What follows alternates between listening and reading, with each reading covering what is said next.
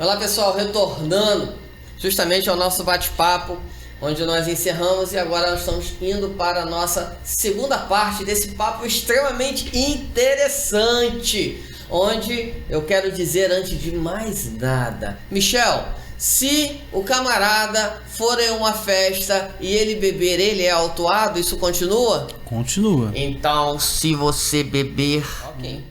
Michel, quando a gente começou aqui falando sobre a questão dos pontos, aí você falou um pouco da atividade remunerada, né, para esclarecer. Porque o que acontece? A atividade remunerada, ela vai entrar de forma a facilitar uma pessoa que exerce atividade remunerada. Talvez a ideia do Código de Trânsito Brasileiro é atender as pessoas que estão há muito tempo dirigindo, né? Por quê? O formato são de 20 pontos, né, que levam à suspensão para quem dentro desses 20 pontos comete 2 infrações gravíssimas. 30 pontos levam um condutor à suspensão caso entre esses 30 pontos uma infração é gravíssima. Perceba a diferença. 20, 2 infrações gravíssimas. 30, uma infração gravíssima. E o condutor pode chegar até 40 pontos se caso ele não tenha nenhuma infração gravíssima. Então, uma pessoa, por exemplo, que comete 2 infrações médias e comete 3 infrações graves, ele chega a 23 pontos. Se por um acaso, né, até aí está caminhando para os 40, ok. Uhum. Se por um acaso ele comete uma infração gravíssima, ele abaixa dos 40 para 30 e chega aos 30 e é suspenso. Já é suspenso, que ultrapassa o valor ali. Exato, então chega a uma situação, né, que ele não tem nem o que fazer, né? Uhum. Agora, quem tem a habilitação exercer atividade remunerada, essa pessoa não teria esse problema. Por quê? Porque ela teria os 30 pontos e exercer atividade remunerada pode chegar até os 39 pontos. Ainda tem uma outra coisa. Essa pessoa pode fazer um curso preventivo de reciclagem quando atingir 30 pontos. E aí, quando ela faz o curso preventivo de reciclagem, ela zera os pontos dela. Só quem exerce atividade remunerada. Só quem exerce atividade remunerada. Exatamente. Então esse é o pulo do gato? Eu posso. Pô, você não pode, nós podemos. Não comprometa. Eu posso dizer que antes, são as nuances da lei, né? As brechas, podemos ver. O código, ele permite isso só para quem dirigir a categoria C, D e E. Aí a gente pensa, e o taxista que trabalha tantas horas na rua?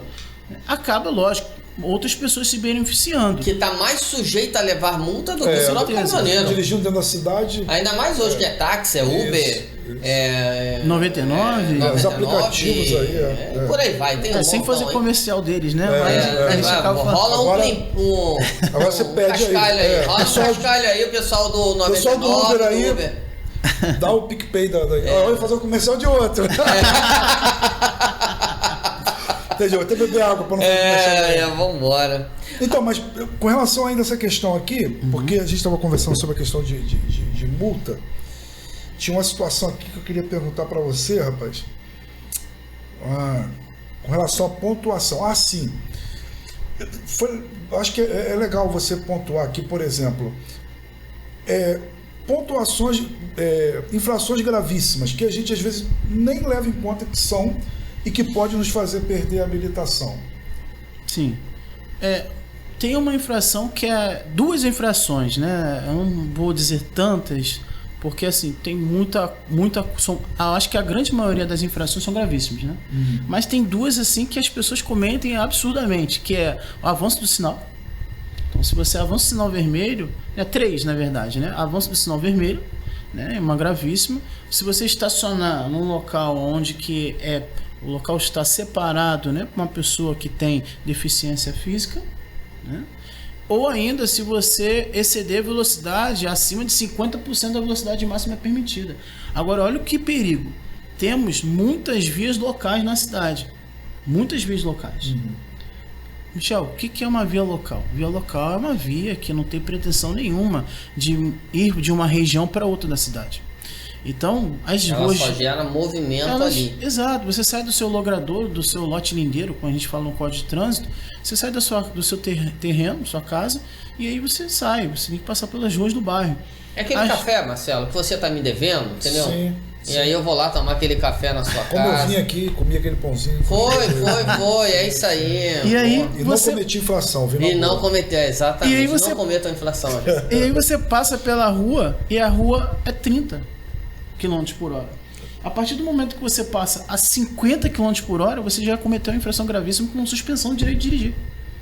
Quer dizer, isso é Não é, nem, interessante. é uma infração gravíssima e até leva à suspensão. É raro Mas não é acontecer. observada. É raro acontecer de ter alguém ali que vai te multar ou que vai observar isso, mas pode acontecer. O grande problema... Ah, mas porque não tem equipamento para poder sondar isso, para poder verificar É. essa velocidade Sim, nessas vias. o grande problema é a fiscalização, né? Então, usa muita energia para os centros. Sim. Né? Então, você está no centro, você tem guarda municipal, tem polícia Sim, militar sim. e tal. Mas quando você vai para as ruas de bairro, você tem assim um policiamento, patrulhamento que, por sinal, desde 2019, a observância da polícia militar não é a prioridade no trânsito.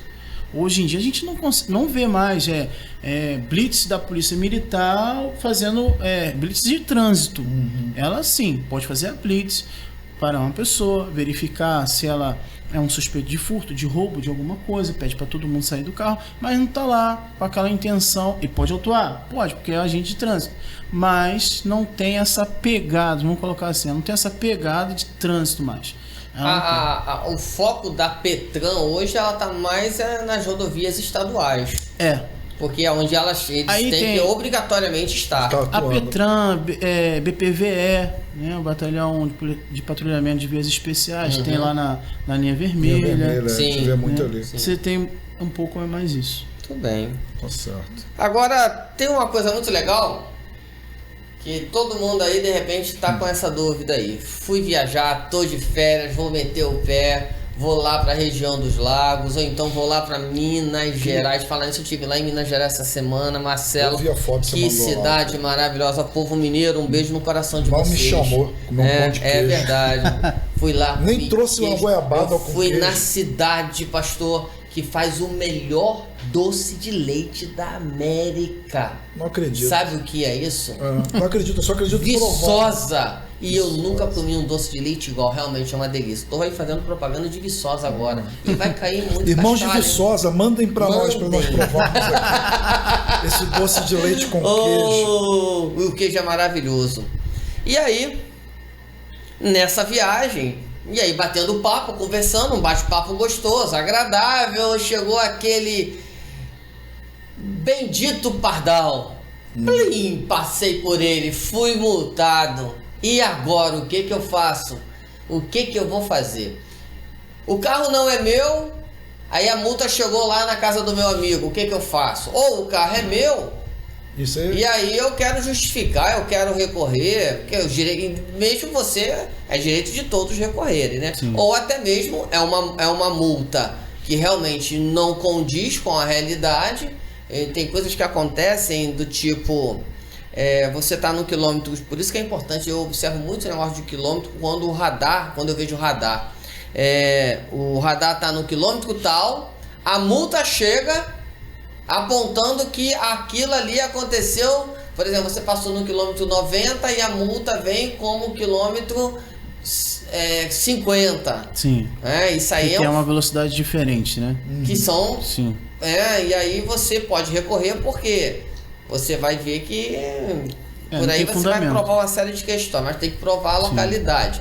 Mas a ideia eu quero informar que não era eu o real condutor do veículo. Sim. Eu tenho prazo, como faço? Eu quero também informar e eu quero entrar com um recurso alegando alguma coisa.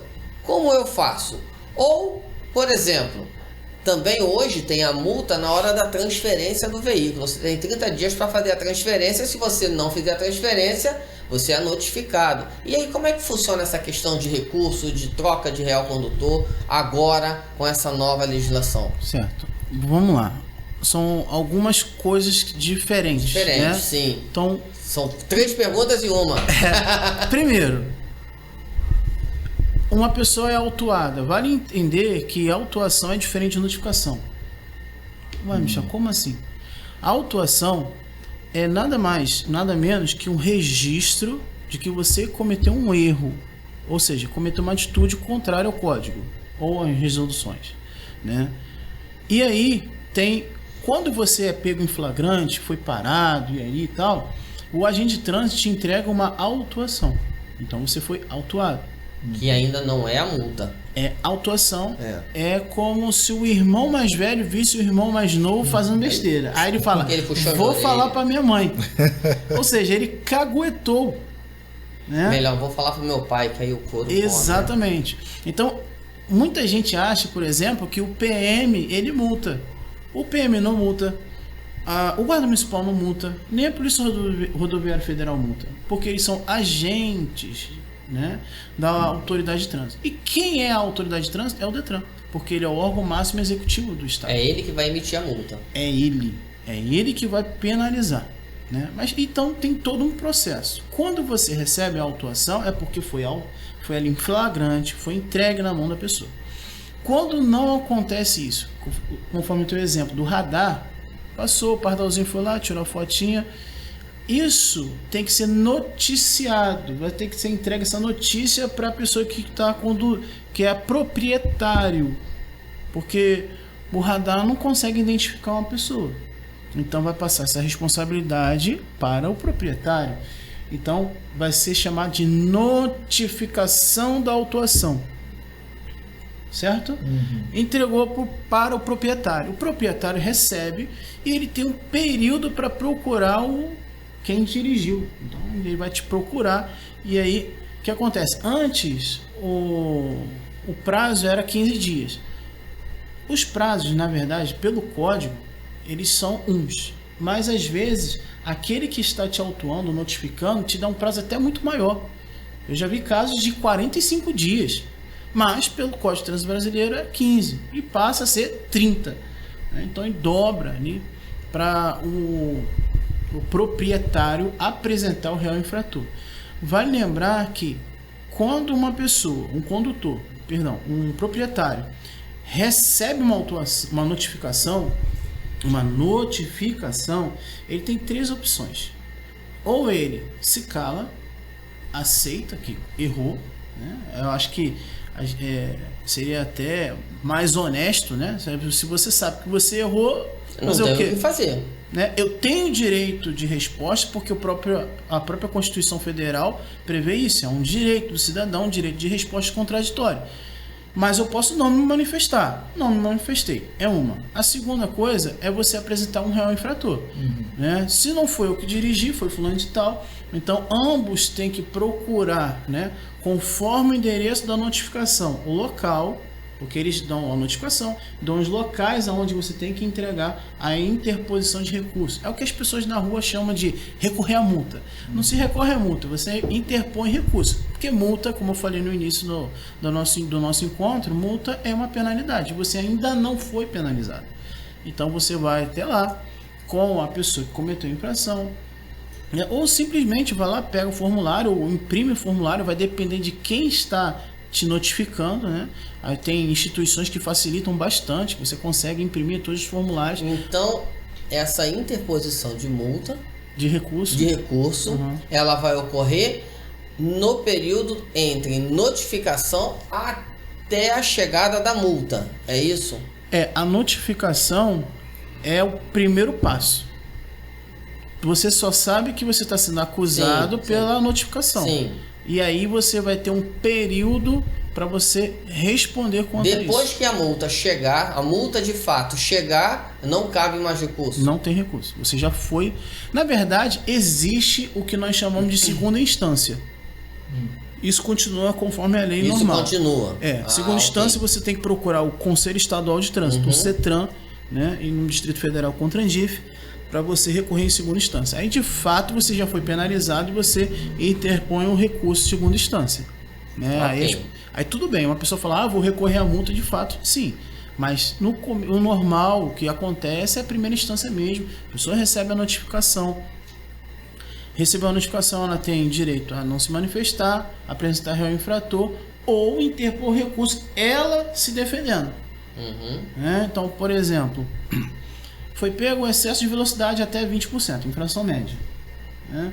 Aí ele vai receber uma notificação, pega, tá?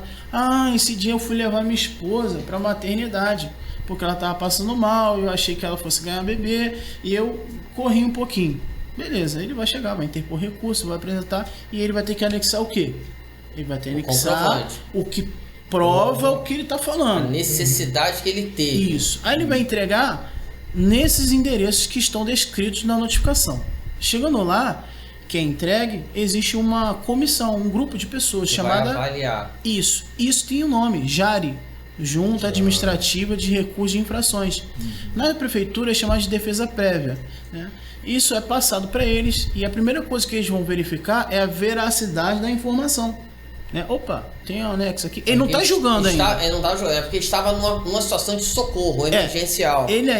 A JARI ainda não vai julgar, ela vai só observar. Isso aqui de fato aconteceu?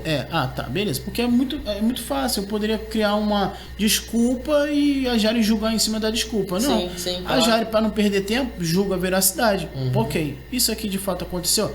Tá, beleza. De fato aconteceu, mas isso não significa de fato que vamos dar ok, a gente aceita. Claro, sim. Então, para o nosso entendimento, indeferido, para o nosso entendimento, deferido. E aí, são 3 pessoas, a JARI é constituída de 3 pessoas, essas pessoas são 3 ímpar para não ter empate. E aí, o que for decidido, está decidido e é entregue, é repassado para o proprietário.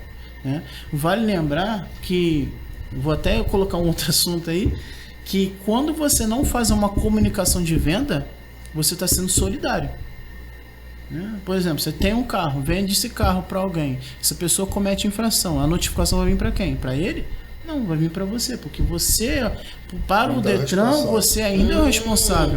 Então aí nasce a importância de comunicar a venda. Sim, e já adiantando a nossa conversa, esse prazo ele vai aumentar, ele sai de 30 para 60 dias.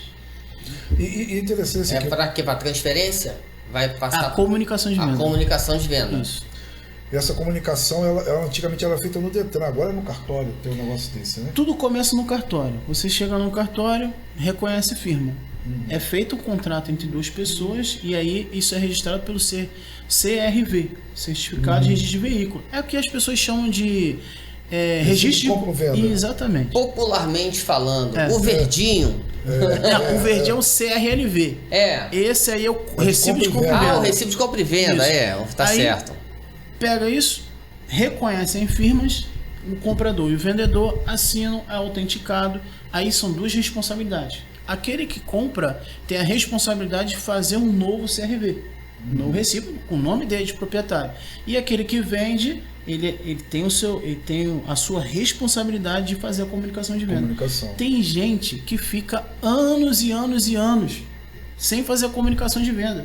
Aí quando vai fazer uma consulta de repente no Detran, o cara tem um monte de multa. Exatamente. De repente aquele veículo se envolveu até num acidente que houve morte. E aí, quer dizer, a pessoa vai ser também envolvida solidária ali. Olha que legal. Então, assim, nasceu uma informação importante aqui, que é a comunicação da venda do seu veículo. Então, mas antigamente, você fazia isso, você ia no Detran comunicar, não é isso? Agora, no cartório existe Não, então, como eu disse, começa no cartório e tem que terminar pro Detran. Porque o cartório não informa o Detran, é você que tem que informar ao Detran.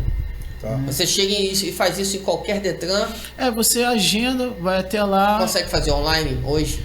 Olha, isso não tem como responder por conta da pandemia. Então, assim, muitas coisas estão mudando por conta da pandemia, né?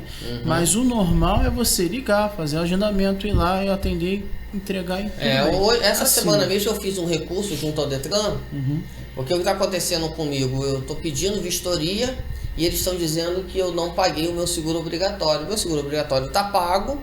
Então, de 2021? Isso. Aí o que foi? Está pago. E aí o que eu fiz? Entrei online, fiz o pedido e mandei o comprovante para eles. Para eles poderem me retornar, para eu poder fazer a vistoria do meu carro, que no caso é mudança de característica, que eu acrescentei GNV no veículo. Então, assim, E aí eu consegui fazer online. Por isso que eu lhe fiz essa pergunta, se Sim. de repente teria alguma informação quanto a Basicamente, isso. todos os serviços estão procurando atender online, né? Justamente por conta da demanda. Que vai ser também uma... É uma tendência para o vai, futuro. vai permanecer. Muita né? coisa vai mudar a partir dessa pandemia, né? Porque a gente vai ver que é possível fazer algumas É coisas que possível antes, fazer, né? exatamente. Dizíamos que não. Ainda